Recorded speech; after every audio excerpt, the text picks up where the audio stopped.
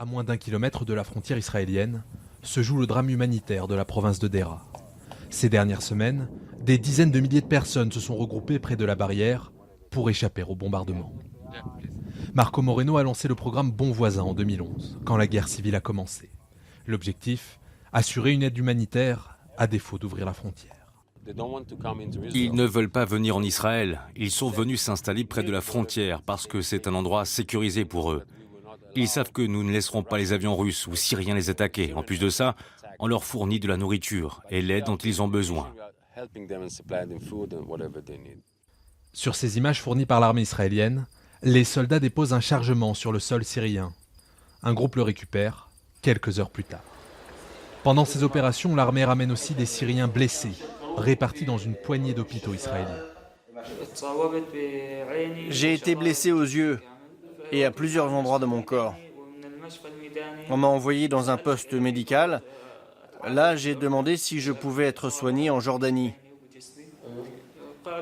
Ils m'ont répondu que la frontière était fermée et on m'a emmené en Israël. Dans cet hôpital, près de la moitié des patients syriens sont des femmes et des enfants. La plupart arrivent dans un état critique.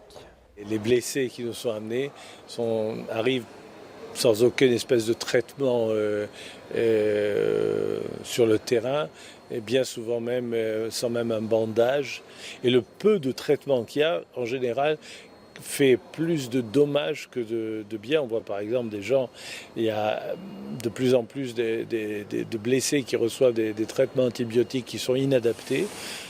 Derrière les actions humanitaires, il y a un intérêt sécuritaire pour Israël. Ces derniers mois, les échanges de tirs se sont intensifiés à la frontière du Golan, entre Israël et les milices chiites alliées du régime.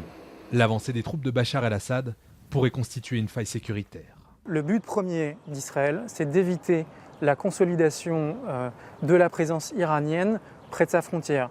Le scénario cauchemar pour Israël, c'est de voir se créer un Sud-Liban bis à sa frontière que l'Iran et le Hezbollah pourraient utiliser soit dans une prochaine guerre, mais aussi simplement comme à Gaza, avec un feu de roquettes de temps en temps qui va menacer la sécurité d'Israël. Autour du plateau du Golan, les discussions entre Israël, la Syrie et la Russie seront cruciales pour la stabilité de la région. Pour l'heure, près de 300 000 Syriens ont fui les combats dans la province de Deraa.